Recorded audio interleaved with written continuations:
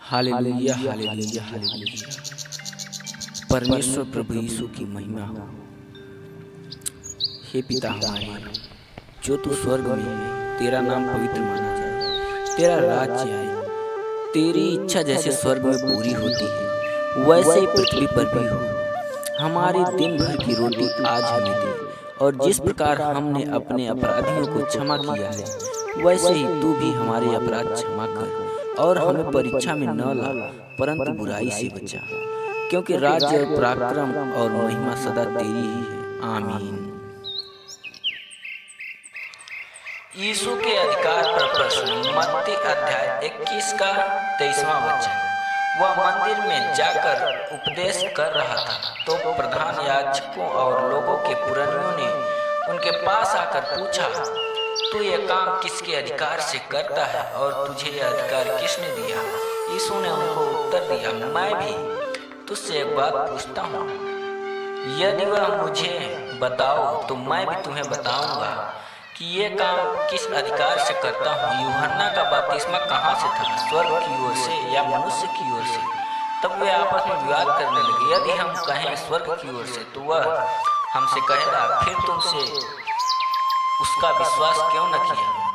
यदि कहें मनुष्य की ओर से तो हमें भीड़ का डर है, क्योंकि वे सब यूहन्ना को भविष्यवक्ता मानते हैं। अतः उन्होंने यीशु को उत्तर दिया, हम नहीं जानते। उसने भी उनसे कहा, तो मैं भी तुझे नहीं बताता कि ये काम किस अधिकार से करता हूँ। दो पुत्रों का दृष्टांत।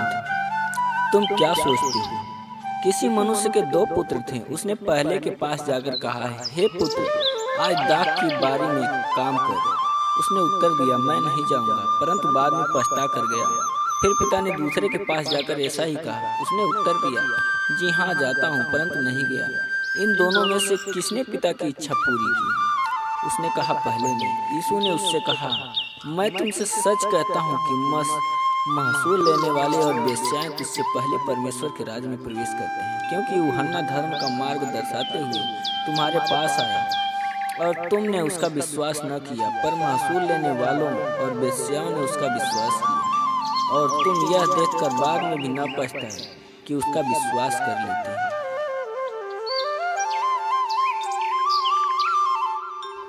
हालेलुया हालेलुया हालेलुया परमेश्वर पिता। आइए हम आगे की वचन की ओर चलते हैं। इस्राएल के प्रति परमेश्वर का क्रोध। प्रभु ने याकूब के पास एक संदेश भेजा है, और वह इस्राएल पर प्रकट हुआ है, और सारी प्रजा को, एप्रैमियों और सोमरोन वासियों को मालूम हो जाएगा, जो गर्व और कठोरता से बोलते हैं, ईंट तो गिर गई है, परंतु हम गड़े हुए पत्थरों से घर बनाएंगे। गूलर के वृक्ष तो कट गए हैं, परंतु हम उनके बदले देवदारों से काम लेंगे। इस कारण यहोवा उन पर रसीन के बैरियों को प्रबल करेगा, और उनके शत्रुओं को, अर्थात पहले आराम और तब फलिस्तियों को उभारेगा, और वे मुंह खोलकर इस्राएलियों को निगल लेंगे। इतने पर भी उसका क्रोध शांत नहीं हुआ, और उसका हाथ अब तक बढ़ा हुआ है, तो भी ये लोग अपने मारने वाले की ओर नहीं फिरेंगे, और न सेनाओं के यहोवा की खोज करते हैं। इस कारण यहोवा इस्राएल में से सिर और पूँछ को खजूर की डालियों और शकरकंदे को एक ही दिन में काट डालेगा।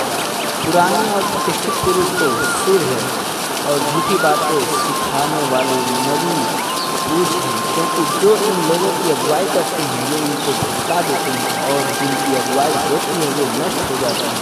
इस कारण प्रभु ने तो इनके जवानों से प्रसन्न होगा, और न इनके अनाथ बालकों और विधवाओं पर दया करेगा, क्योंकि हर एक भक्तिहीन और कुकर्मी है, और हर एक के मुख से मूर्खता की बातें निकलती हैं। इतने पर भी उसका क्रोध शांत नहीं हुआ, और उसका हाथ अब तक बढ़ा हुआ है, क्योंकि